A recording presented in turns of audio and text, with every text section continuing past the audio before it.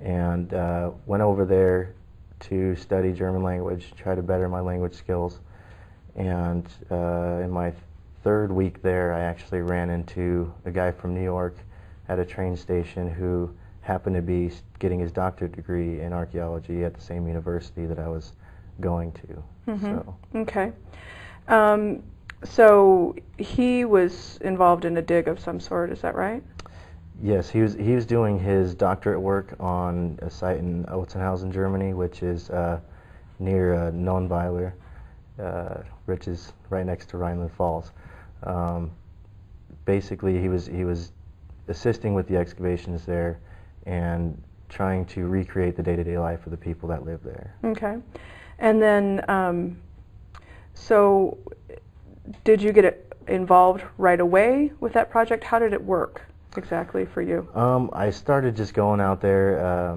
He started his work for the season out there and kind of invited me out to look at the site, see what was happening out there, and basically just started volunteering a lot of time at the office itself, not necessarily doing the excavations. We left that for the workers, and I was assisting him and the other guys that were actually in charge of the site with a lot of cataloging and things of that nature in the office. And then we started an experimental archaeology project about a month later. So. Okay, tell me about that project.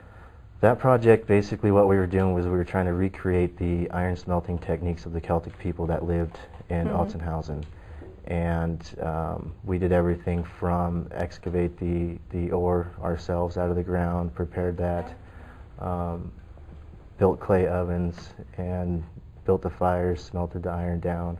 It was a 4-week project. We went every weekend and did our work each weekend. We did, for example, the first weekend we got the iron ore. Second weekend we had to prepare it in a fire. It has to be actually roasted before you can crush it and then smelt it down. And then after that we built the ovens the third week. Fourth week we actually smelted it. So. Okay, and then what was the result of that? What was the purpose of doing that?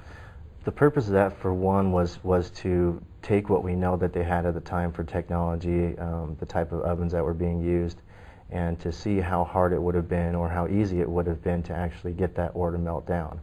The type of ore that they were using was not high in iron content, so you end up with a lot of slag. You have to produce high temperatures to actually do that. So we actually used the same techniques that we know from excavations there in building the ovens. The only thing we did that they wouldn't have had was we actually had a bellows from the early 1800s, so a very old set of bellows, and we used those rather than they would have had smaller ones, and ours was one large one. So they would have had two going to stoke their fire. We had one large one. But other than that, we used the same exact techniques. And so. How did your group or the lead archaeologist, how did they figure out what the techniques would have been based on stuff that was found before, or?